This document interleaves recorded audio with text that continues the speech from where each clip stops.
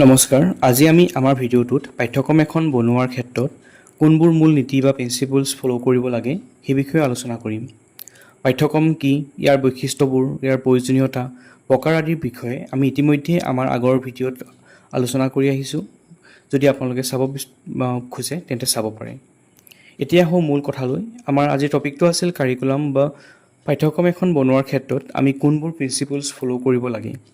ইয়াৰে এটা হৈছে প্ৰিন্সিপলছ অফ চাইল্ড চেণ্টাৰ্ডনেছ, শিশুকেন্দ্ৰিক নীতি।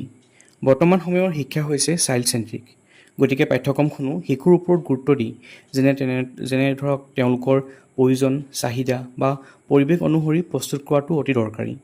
ইয়াত শিশুৱে কি কৰিব পাৰে, কিমানলৈকে কৰিব পাৰে, কি তেওঁলোকৰ বাবে ভাল হ'ব, সুবিধাজনক হ'ব, সেই সকলোবিলাকৰ ওপৰত গুৰুত্ব দিয়া হয়।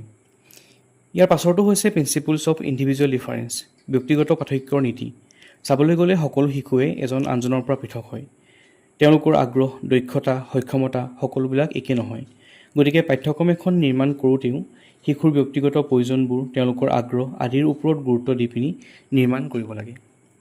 নেক্সটটো হৈছে প্ৰিন্সিপল অফ কমিউনিটি চেণ্টাৰ্ডনেছ, সমাজকেন্দ্ৰিক নীতি। শিশুসকল হৈছে আমাৰ সমাজৰ ভৱিষ্যত। তেওঁলোক আমাৰ ভৱিষ্যতৰ সমাজ ব্যৱস্থাৰ একোজন বিশেষ সদস্য। সেইবাবে শিক্ষা ব্যৱস্থাই শিশুক সমাজৰ প্ৰয়োজনীয়তা অনুসৰি একোজন সদস্যৰূপে গঢ়ি তোলাৰ বাবে ব্যৱস্থা কৰিব লাগে।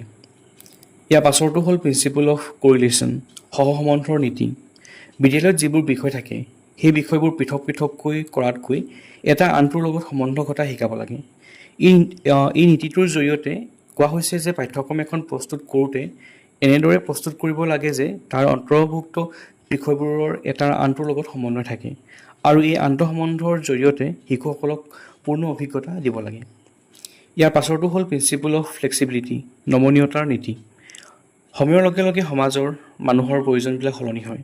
গতিকে পাঠ্যক্ৰম এখনো নমনীয় বা গতিশীল হ'ব লাগে, যাতে সময়ৰ লগে লগে প্ৰয়োজন অনুসৰি ইয়াৰ পৰিৱৰ্তন কৰিব পাৰি।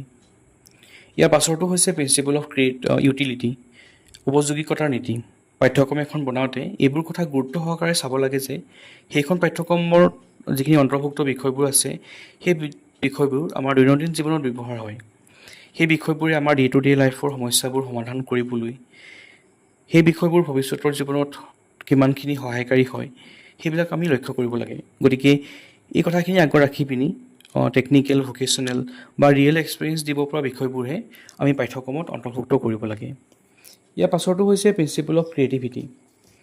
শিক্ষাৰ জৰিয়তে শিশুৰ সৃষ্টিশীল শক্তি বিকাশ কৰিব পৰাকৈ পাঠ্যক্ৰমৰ প্ৰয়োজন। গতিকে সুপ্ত অৱস্থাত থকা ছাত্ৰ ছাত্ৰীৰ সৃষ্টিশীল শক্তিৰ বিকাশ কৰিব পৰাকৈ পাঠ্যক্ৰমত বিষয়বিলাক অন্তৰ্ভুক্ত কৰিব লাগে। নেক্সটটো হৈছে প্ৰিন্সিপল অফ এক্টিভিটি চেণ্টাৰ্ডনেছ, কৰ্মকেন্দ্ৰিক নীতি। বাস্তৱ জীৱনৰ সৈতে শিক্ষাৰ সম্বন্ধ স্থাপন কৰিবলৈ বা শিশুৱে নিজ অভিজ্ঞতাৰ পৰা শিকিবলৈ কৰ্মৰ মাজেৰে বা কামৰ মাজেৰে শিক্ষা দিয়াৰ ব্যৱস্থা কৰিব লাগে।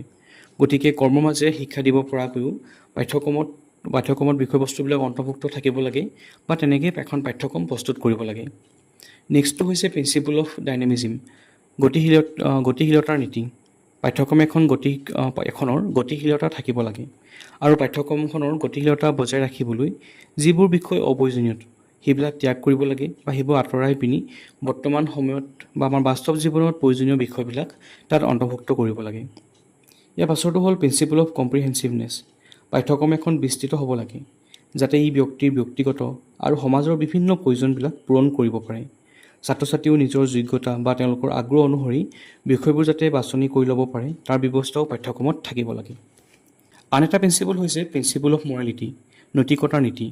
ছাত্ৰ ছাত্ৰীৰ মৰেল ডেভেলপমেণ্ট হোৱাকৈ, নৈতিক মূল্যবোধ বৃদ্ধি কৰিব পৰাকৈ বিষয়বিলাক পাঠ্যক্ৰমত ইনক্লুড কৰিব লাগে।